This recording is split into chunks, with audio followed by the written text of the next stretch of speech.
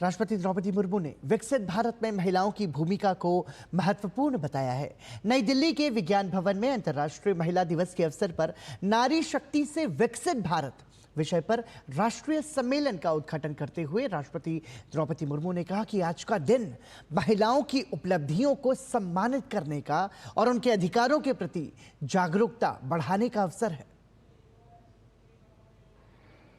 ये दिवस महिलाओं की उपलब्धियां का सम्मान करने, उनके अधिकारों के प्रति जागरूकता बढ़ाने और महिला पुरुष समानता को बढ़ावा देने के प्रति स्वयं को समर्पित करने का अवसर है। इस सम्मेलन का विषय नारी नेतृत्व से विकसित भारत अत्यंत प्रासंगिक है। आज अंतर्राष्ट्रीय महिला दिवस मनाने की परंपरा के 50 वर्ष पूरी हो रहा है। इसमें कोई संदेह नहीं है कि इस कालखंड में नारी समुदाय ने अभूतपूर्व प्रगति की है। मैं अपनी जीवन यात्रा को भी इसी प्रगति की कड़ी मानती हूँ। ओडिशा के एक साधारण परिवार और पिछड़े क्षेत्रों में जन्म लेने से लेकर मेरी राष्ट्रपति भवन तक की यात्रा भारत के समाज में नारी को मिले समानता के अवसर एवं सामाजिक न्याय की कहानी है।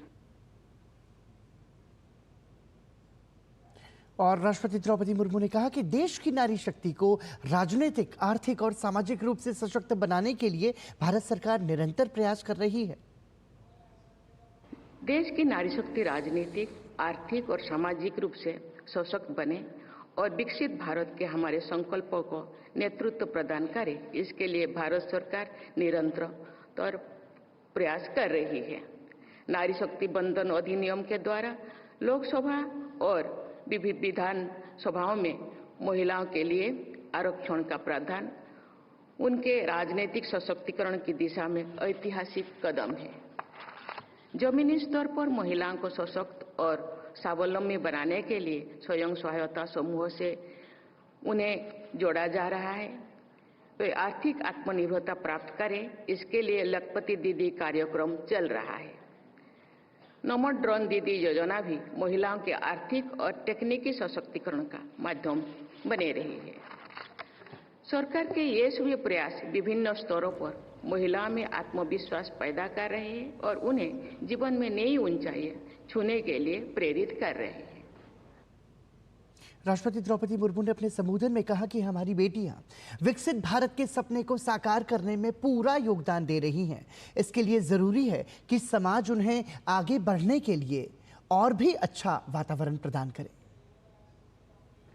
हमारी बेटियां विकसित भारत के सपने को साकार करने में अपना पूरा योगदान दे रहे हैं।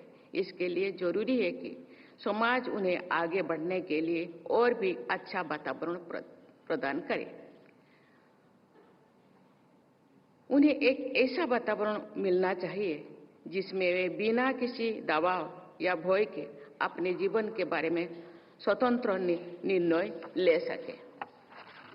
हमें एक ऐसा आदर्श समाज का निर्माण करना चाहिए जहां कोई भी बेटी या बहन किसी भी समय कहीं भी अकेला जाने में और कहीं भी रहने में डरे नहीं।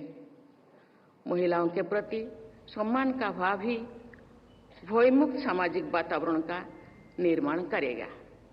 ऐसे परिवेश में जो आत्मविश्वास उत्पन्न होगा वो हमारे देश को नई ऊंचाई लेकर जाएगा।